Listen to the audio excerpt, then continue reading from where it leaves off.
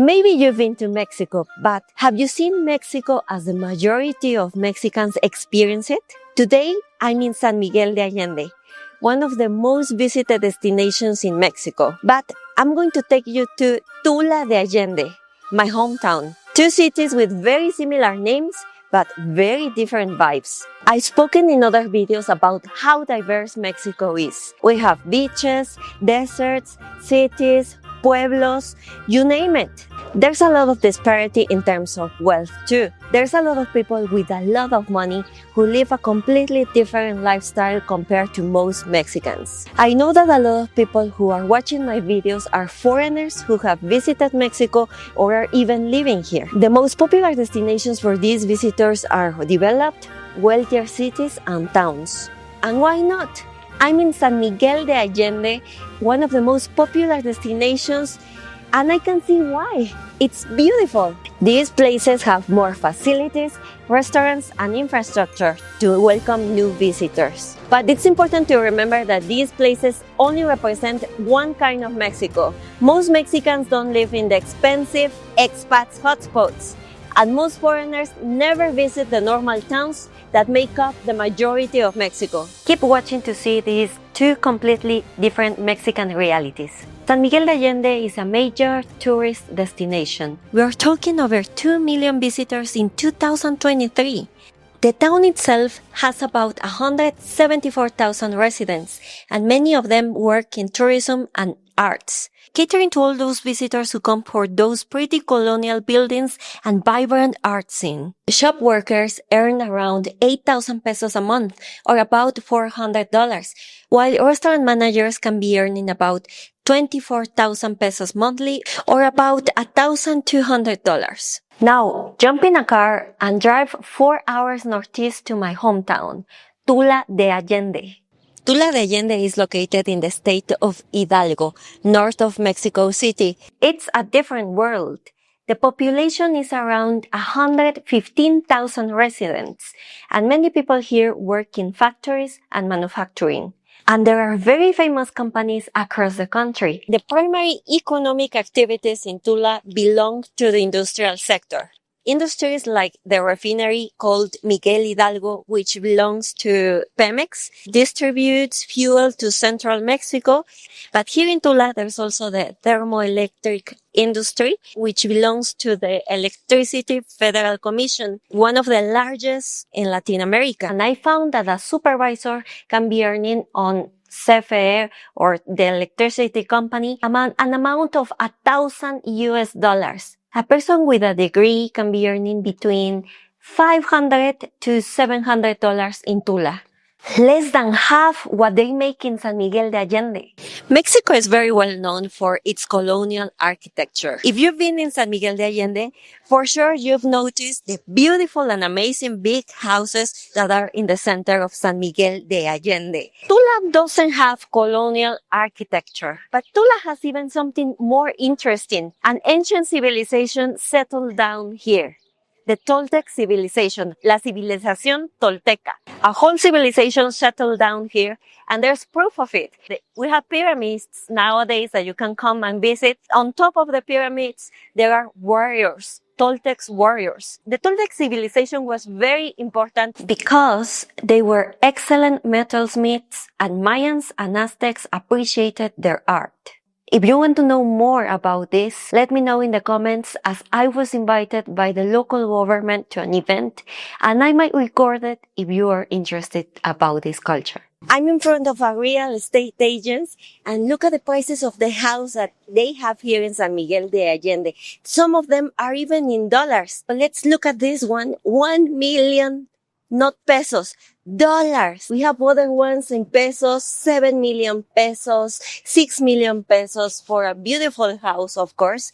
Let's look at the houses in Tula de Allende. We already saw the prices in San Miguel de Allende, and you saw that the prices were even in dollars. Now, I want to compare this here in Tula de Allende. The prices here are in pesos. It's not common that here in Tula, foreigners live. So I'm going to call this house that is behind me. It's for sale. and it has 2 bedrooms. Guess how much does it cost? The price for this house is $1,680,000, or in US dollars is about $90,000. It's in a very good area, very quiet. What do you think of the price? Are you planning to visit or living in Mexico, but the Spanish language is holding you back? I've created an online Spanish community to help people who are planning to live in Mexico by offering private classes with my native Spanish teachers and I. In these sessions, you'll be learning about grammar, conjugation, but also culture in Mexico. We are all native Spanish teachers, but I also offer a membership for you if you want to join our group conversation classes where you can develop your fluency and learn more about culture, Mexican culture, and vocabulary. If you join to this subscription, you'll have access to a library full of topics, live classes with native Spanish teachers and I, and access to a group in WhatsApp to join our community. Check out thrivingspanish.com and see you there. San Miguel and Tula de Allende have a very similar population and size, but here in San Miguel de Allende, it's very common to see international brands, like Starbucks behind me. In certain towns in Mexico, probably you've seen that there's no signs in the historical areas or in the center of these towns.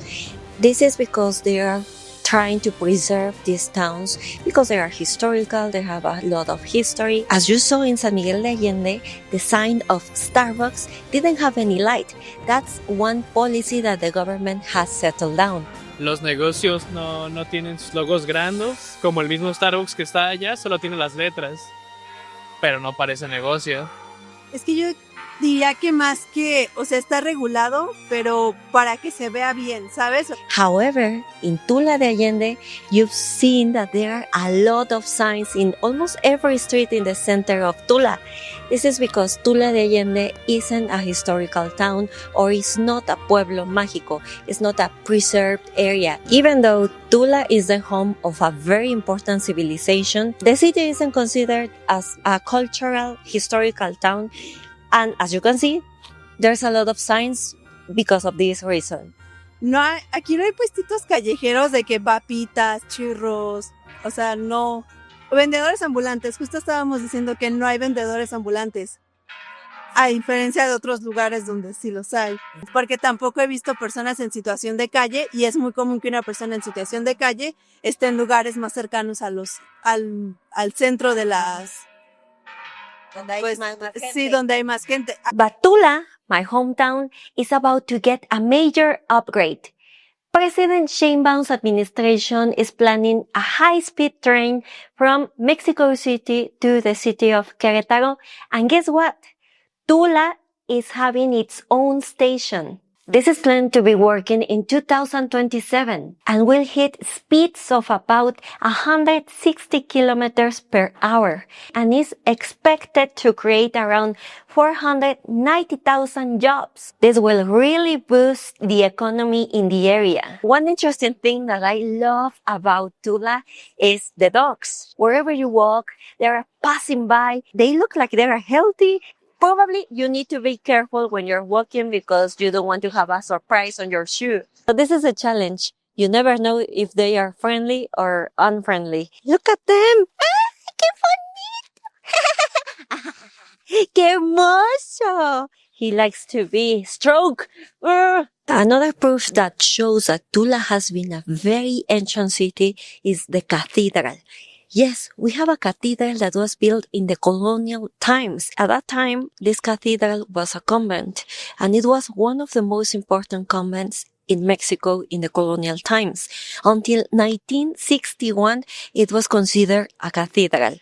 This is another proof that Tula de Allende has been a very important city since a long time. San Miguel de Allende is full of nice cafes and beautiful restaurants. You can find food from different parts of the world, vegan food as well, and honestly, the food looks amazing. I'm just in a cafe that one of my students and friend recommended to me. It looks very nice. It's full of people. The food smells amazing. I'm very excited to see my food, and I will show it to you. But one thing that got my attention is seeing the menus that are in English and Spanish. it's not only this cafe. All the places that we've been have the same situation. And the prices are a little bit higher here in San Miguel. The prices are around, for a breakfast, 180 pesos without the beverage included, which should be around $9 probably. Wow, look at how beautiful the food looks. This is my sandwich with, oh, look at this, the cheese, and the meat is pork. Look at my husband dish, eggs, sausages, avocado. You have a full avocado over there. As we already saw, San Miguel de Allende has very luxurious restaurants where you can find international and Mexican food. The food is amazing.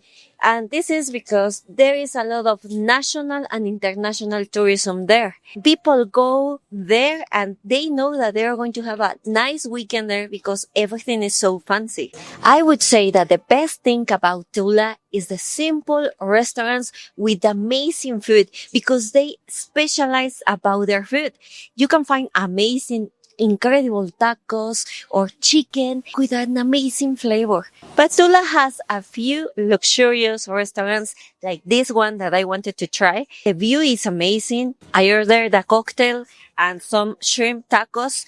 One interesting thing that you won't find here is the menu in English. In San Miguel de Allende, you saw that the menu is completely in English or Spanish. Here, it isn't like this because there's no many international tourism here. Interesting. Next to the sign of Farmacias Similares, behind you can see Los Atlantes, the ruins. And then I work a little bit more and behind me, there's the cathedral. So cool that I can see from here the two old things that Tula has. Another interesting food that we have here in Tula, it's insects. You might know chapulines. I'm for sure they also have chapulines in San Miguel de Allende because it's a very common food here in Mexico.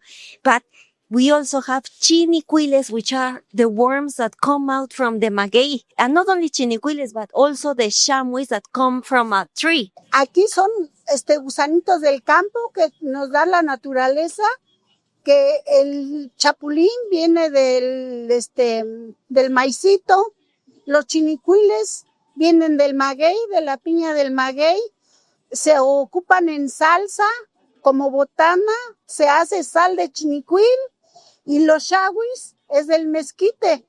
Es una cosa como un arbolito y allí se da. Y de ahí lo sacamos, que es comida que Dios nos lo da la naturaleza. Estamos muy agradecidas porque Dios nos da para tener que comer. The chamois are like beetles, and you can eat them in salsas, in sauces, or you can have them just as snacks, like we are doing it here right now. We have here chapulines, and this nice lady prepared it with salsa, sauce, and lime. If you want to watch a video about the insects that people eat around here, let me know in the comments, and for sure I would make a video about this, only if you are interested. I have to confess that I've never tried the chamois. They don't look very nice, I have to say. I'm a little scared, but I'm willing to try them if you ask it. Right now, I'm editing this video, but it'd be nice to know if you enjoy this video. If you enjoy it, and if you want to know more about Mexican culture and lifestyle, let me know in the comments. Subscribe to this channel because there are a lot of videos, very exciting videos that I want to create. Let me know if this is the style of videos that you want to watch. Don't forget to hit the bell so YouTube will tell you every time that I release a video. See you in the next video. Adiós. O sea, es como, no hay gente que está molestando, las calles no se ven feas porque no están este tipo de vendedores. Y si es que se busca dar una imagen de un pueblo limpio de ciertas personas, porque tampoco he visto personas en situación de calle y es muy común que una persona en situación de calle esté en lugares más cercanos a al centro de las... Donde hay pues, más gente. Sí, donde hay más gente. Aquí no se ve eso. Pero sí es completamente que se vea bonito. Sí, buen punto. Sí, ¿algo más? Es todo. Pues creo que ya es Muy buena aportación, muchas gracias. No lo había pensado, pero sí así.